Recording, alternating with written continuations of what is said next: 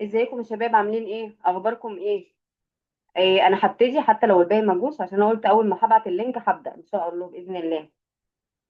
انا هفتح الميتنج ده، بس مش هفتح ميتنج تاني، معلش، عشان عندي مواعيد بس. تمام. فان شاء الله هديكوا الدرس ده في الوقت ده بمشيئه ربنا، ان شاء الله درس مش كبير. يبقى احنا كده فاضل لنا درس ان شاء الله في التاريخ. تمام كده. احنا كده خلصنا باب من الجغرافيا. ان شاء الله هندي الدرس ده النهارده، والمره الجايه ان شاء الله نخلص التاريخ، وهنبدا نراجع البابين بمشيئه ربنا. وزي ما قلنا في حصتين زياده هنستغلهم اللي احنا نراجع فيهم. تمام كده. نبتدي بقى بسم الله. الصوت كده تمام يا مصطفى؟ احمد يوسف، الصوت تمام؟ الناس سامعاني؟ ايوه تمام. بس. تمام تمام. بصوا آه. يا شباب، احنا قلنا المرة اللي فاتت، وصلنا لحد، قلنا أول حاجة المماليك والعثمانيين، وبعد كده قلنا الثورة الفرنسية. تمام كده. أهلا يا آدم، عامل إيه؟ سامعني يا آدم؟ وعليكم عامل إيه يا آدم؟ السلام. الحمد لله. تمام يا آدم، خليك معانا بقى. قلنا المرة اللي فاتت، خدنا الحملة الفرنسية، واللي قبليها قلنا المماليك والعثمانيين. فإن شاء الله النهاردة هنتكلم عن أحوال مصر بعد الحملة الفرنسية، وإزاي محمد علي مسك مصر. تمام. في رأيي أحسن حد مسك مصر وقدر اللي هو يخليها تنتعش هو محمد علي، ده رأيي الشخصي يعني. فهنبتدي كده ونقول بسم الله. بعد ما خرج الفرنساويين من مصر سنة 1801، حصل اضطرابات وفوضى في مصر لحد 1805. اشمعنى التاريخ ده؟ التاريخ ده اللي مسك فيه محمد علي من 1801 ل 1805. كانت فترة فوضى واضطرابات. طب ليه؟ عندنا المماليك والعثمانيين وانجلترا، كل واحد فيهم عايز يمسك مصر. تمام كده. يبقى كان عندي فترة فوضى بعد خروج الحملة الفرنسية. ليه ابتدى بقى المماليك والعثمانيين وانجلترا يتخانقوا على حكم مصر؟ تمام كده.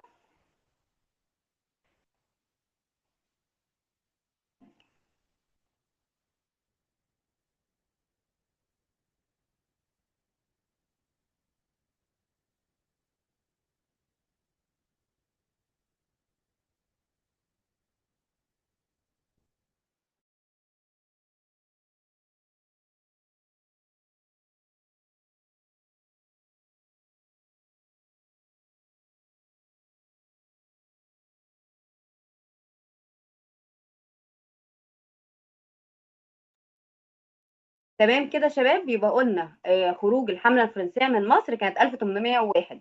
فترة من 1801 ل 1805 دي كانت فترة اضطرابات. تمام كده. هيقول لي هنا بما تفسر ليه دي كانت فترة اضطرابات وفوضى. هقول له بسبب الصراع بين المماليك والعثمانيين وانجلترا في السيطرة على ايه؟ على حكم مصر. تمام كده.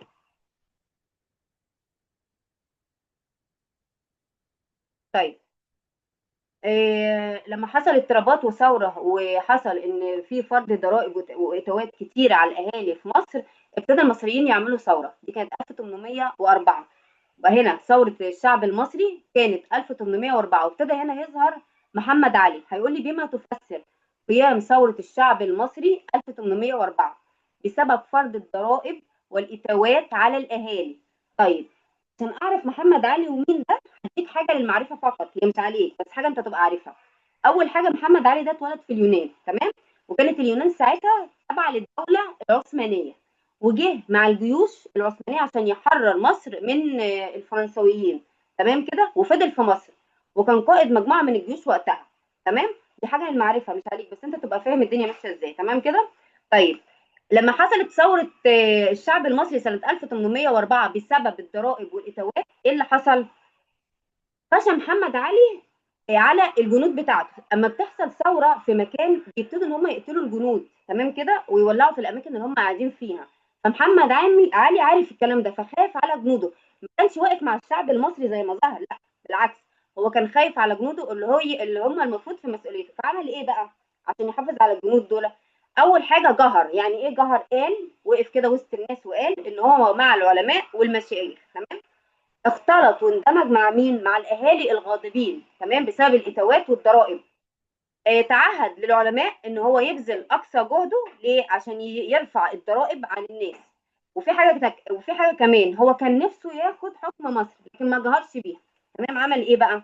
اقترح ان هو يعين خورشيد باشا وليا لمصر، مع انه كان نفسه ياخد حكم مصر. هياخده بعد كده، هنشوف ازاي.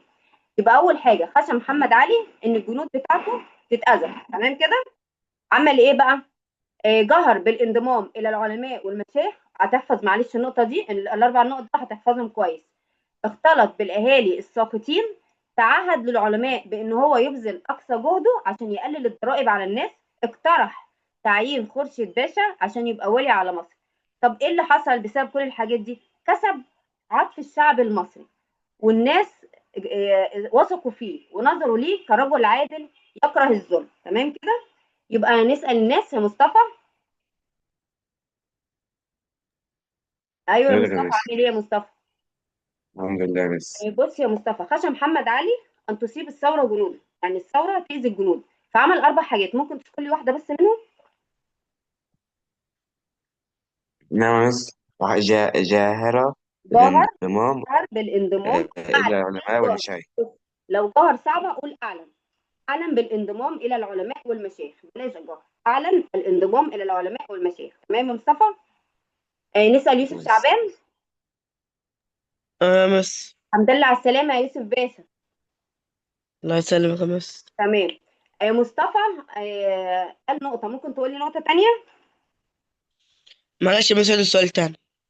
خشى محمد علي أن تصيب الثورة جنوده. مصطفى قال إيه؟ أعلن الانضمام إلى العلماء والمشايخ. قول لي واحدة تانية.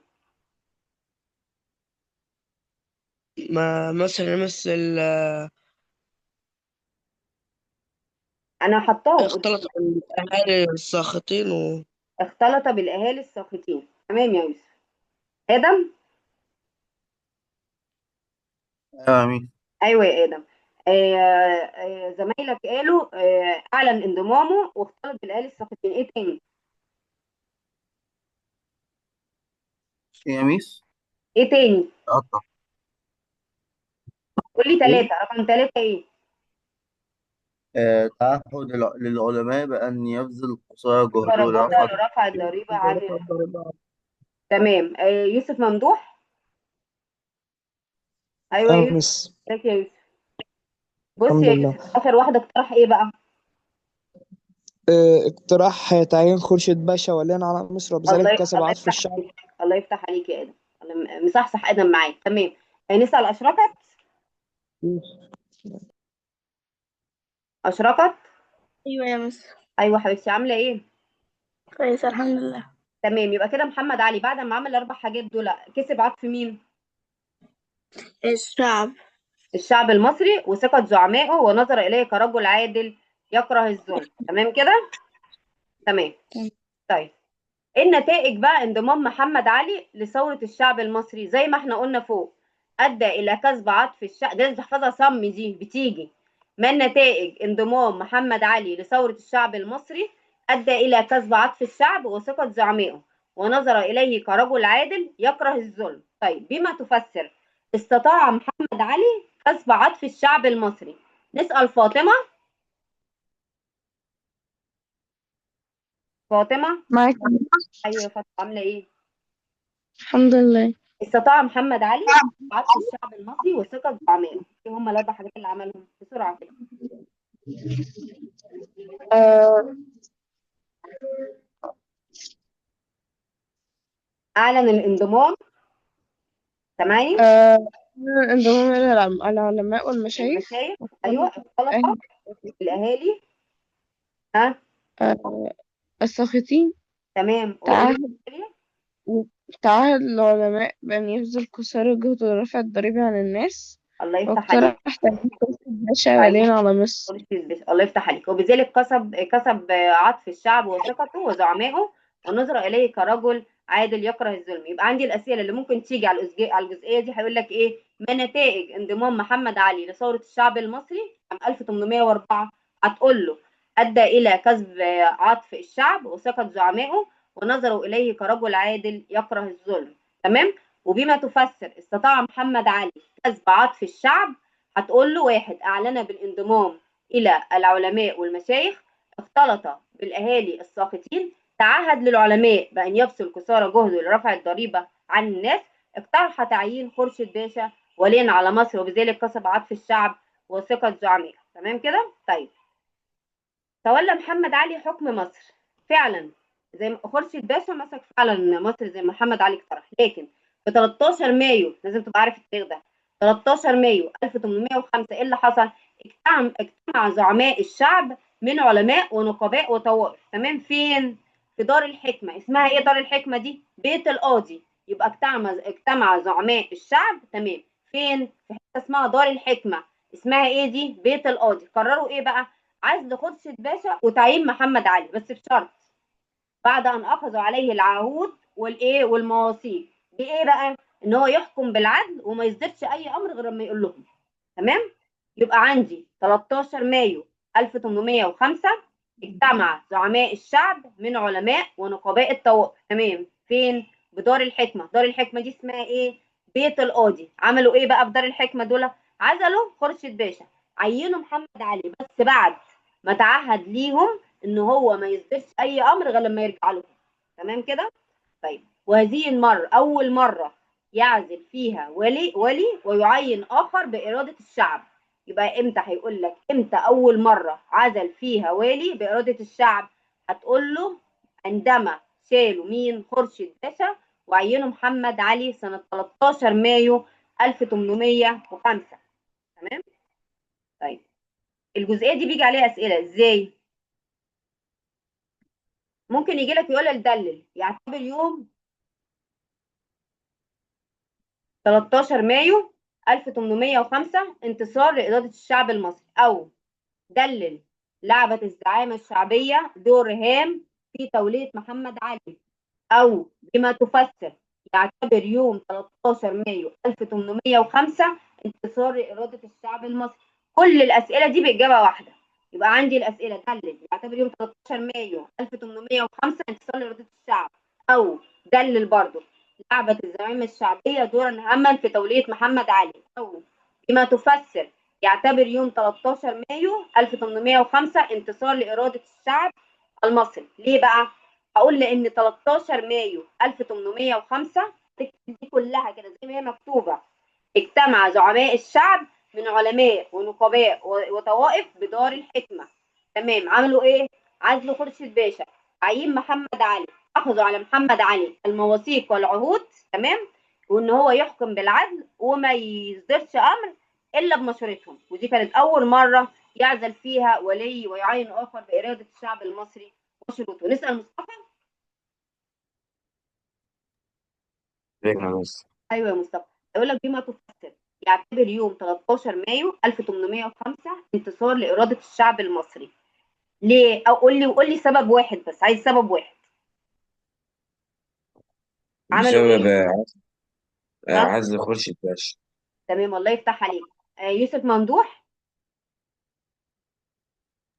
ايوه مس. ايوه، عزلوا خورشيد باشا، عينوا مين؟ تعيين محمد علي وليا على مصر. الله يفتح عليك. اشركت. ايوه يا مس. بعد ما عينوا محمد علي وليا على مصر، بس بعد ما اخدوا عليه ايه؟ انا عضو ووصية. بأن يحكم بالعدل ولا يصدر امر الا بمشورتهم، مشهور. تمام. يوسف شعبان. نعم مس. وهذه كان اول مره يعزل فيها ايه؟ ها؟ ايه يوسف؟ يوسف. اه مس. وهذه كان اول مره يعزل فيها ايه؟ الشعب المصري والي ويعين اخر باراده الشعب. سامعني يا يوسف؟ ايوه. قول اللي انا قلته. لا مس. اقول تاني، خليك مركز معايا يا يوسف من فضلك. اقول تاني، دي كانت اول مره يعزل فيها والي ويعين اخر باراده الشعب. ممكن تقولها لي؟ أنا مس تعيين والي. أنا مس مش فاهم، أنا مس الحتة دي. بص يا يوسف، بيقول لك بما تفسر اليوم ده بيعتبر انتصار للشعب المصري. ليه؟ صحابك قالوا عزلوا خورشيد باشا وعينوا محمد علي، تمام؟ وتعيين محمد علي. تمام. فبيقول لك دي اول مره الشعب المصري يبقى فيه اراده. طب اراده في ايه؟ ان هو يعزل حد ويعين حد بداله، بس فيها حاجه دي؟ لا. تمام. طب تقدر تقولها لي تاني معلش؟ ثانية واحدة أقول السؤال من فضلك، اسمعني. ممكن تسمعني؟ ما بص اسمعني. ماشي يا مس. بما تفسر يوم 13 مايو 1805 يعتبر انتصار لإرادة الشعب المصري؟ ليه يا يوسف؟ عملوا إيه؟ لعزل خورشيد باشا وتعيين محمد علي. تمام. ودي كانت أول مرة يعينوا فيها حد ويعزلوا فيها إيه؟ آخر، بإرادة حد مين؟ بإرادة مين؟ الشعب المصري. أيوة الله يفتح عليك، تمام، صح صح معايا يا يوسف. تمام. ماشي. لما حصل كده عايزين نشوف بقى موقف السلطان العثماني. تمام. السلطان العثماني وافق. يبقى عندي اول قبل ما اقول وافق او ما وافقش، عندي حاجه اسمها فرمان. ان شاء الله باذن الله في الفتره دي هيبقى موجود عندنا كذا فرمان. كل فرمان هنحفظه بتاريخه، تمام، مش باسم الفرمان، لا، بالتاريخ اللي حصل فيه. يعني مثلا عندك فرمان 1805 اللي هو عين فيه محمد علي، يقول ايه؟ اصدر فرمان 1805 عزل خورشيد باشا وعين محمد علي. طب يعني ايه فرمان يا ميس؟ هقول لك الفرمان ده امر بيصدر من السلطان لازم يتنفذ. تمام. يبقى الفرمان ده امر السلطان بيصدره لازم يتنفذ، واجب التنفيذ. تمام. وبذلك ظهرت قوة جديدة بعد الحملة الفرنسية، هي قوة الشعب المصري. يبقى نقول تاني: موقف السلطان العثماني، فرمان 1805 وافق، عمل ايه؟ عين محمد علي وعزل خورشيد باشا. تمام. طب يعني ايه فرمان؟ امر سلطاني يصدر من قبل السلطان الدولة العثمانية واجب التنفيذ، أو أمر سلطاني واجب التنفيذ. تمام كده؟ يعني اللي يريحك إيه احفظه، بس أنت تبقى عارف الصيغة. زودت كلمة نقصت كلمة مش هيبقى فيها مشكلة. يبقى عندي موقف السلطان العثماني أصدر فرمان 1805 بإيه؟ عزل خورشيد باشا وتعيين محمد علي. إيه الفرمان ده؟ أمر سلطاني واجب التنفيذ. تمام؟ من قبل طبعا السلطان العثماني لازم يتنفذ. وبذلك ظهرت قوة جديدة بعد الحملة الفرنسية، وهي إرادة الشعب المصري. طيب، محمد علي بقى لما مسك كان عايز ينفرد بالحكم. ما كانش عايز ولا الزعامة الشعبية ولا المماليك ولا بريطانيا. نشوف دلوقتي بريطانيا هتعمل ايه مع محمد علي. يبقى عند محمد علي كان عايز ينفرد بحكم مصر. تمام. طب ايه المشاكل؟ هو كده هتكون طبعا الزعامة الشعبية محمد علي. فكان محمد علي عايز ينفرد بحكم مصر، وقف كده وبص لقى فيه كذا مشكلة قدامه. أول حاجة بريطانيا، تاني حاجة طبعا أكبر مشاكل بريطانيا، تاني حاجة الزعامة الشعبية، تالت حاجة المماليك. هناخد كل حاجة واحد عمل معاه إيه. تمام. أول حاجة البريطانيين حاولوا مرتين إن هم إيه يخلعوا محمد علي. المرة الأولانية كانت 1806. عملوا إيه؟ بعد ما مسك محمد علي راح البريطانيين للسلطان العثماني وقالوا له: احنا عايزين نشيل محمد علي ده ونولي مكانه واحد اسمه محمد بيك الألفي، او اي واحد انت عايزه، مش مشكله. محمد بيك الألفي ده كان من المماليك على فكره، او اي واحد عايزه، المهم ان محمد علي ده يتشال. تمام. طب هتقولي ليه البريطانيين كانوا عايزين يشيلوا محمد علي؟ اقول لك البريطانيين كانوا قلقانين جدا من محمد علي، كانوا خايفين ان هو ياثر على مصالحهم الموجوده في المنطقه. تمام. يبقى عندي محاولتين عشان البريطانيين يشيلوا محمد علي. الاولانيه راحوا للسلطان العثماني سنه 1806 وقالوا له نشيل محمد علي ونحط محمد بيك الألفي المملوكي، او اي ولي تاني زي ما انت عايز. تمام. يا ترى السلطان العثماني وافق؟ السلطان العثماني وافق. وده كان فرمان جديد 1806. احنا قلنا 1805 لما وافق ان هو يعين مين؟ محمد علي. 1806 عايز يشيل محمد علي وينقله الى ولايه اسمها سلنيك، تمام، في مقدونيا، ويسلم السلطه دون مقاومه الى العثمانيين. ايه اللي حصل؟ محمد علي راح طبعا لمين؟ للزعامه الشعبيه، قال لهم: الحقوني، السلطان العثماني بتحريض من انجلترا عايز يشيلني. فجت الزعامه الشعبيه وقفت مع محمد علي وخلت السلطان العثماني يرجع لفكرته ويخلي محمد علي ماسك مره ثانيه. تمام كده. يبقى اول مره سنه 1806 حاولت البريطانيين اقناع السلطان العثماني بمين؟ عزل محمد علي وتوليه اي حد محمد، بس هم كانوا مقترحين محمد بيك الألفي. بس عندك السلطان العثماني ما كانش بيحب محمد بيك الألفي، فبعت حمله لمحمد علي ان هو ينقلوه الى ولايه سنوليك في مقدونيا، وواحد تاني يمسك ولاية مصر. لكن محمد علي استغاث بالزعامة الشعبية، وفعلا قدرت تخلي السلطان العثماني يرجع عن رأيه، ويفضل محمد علي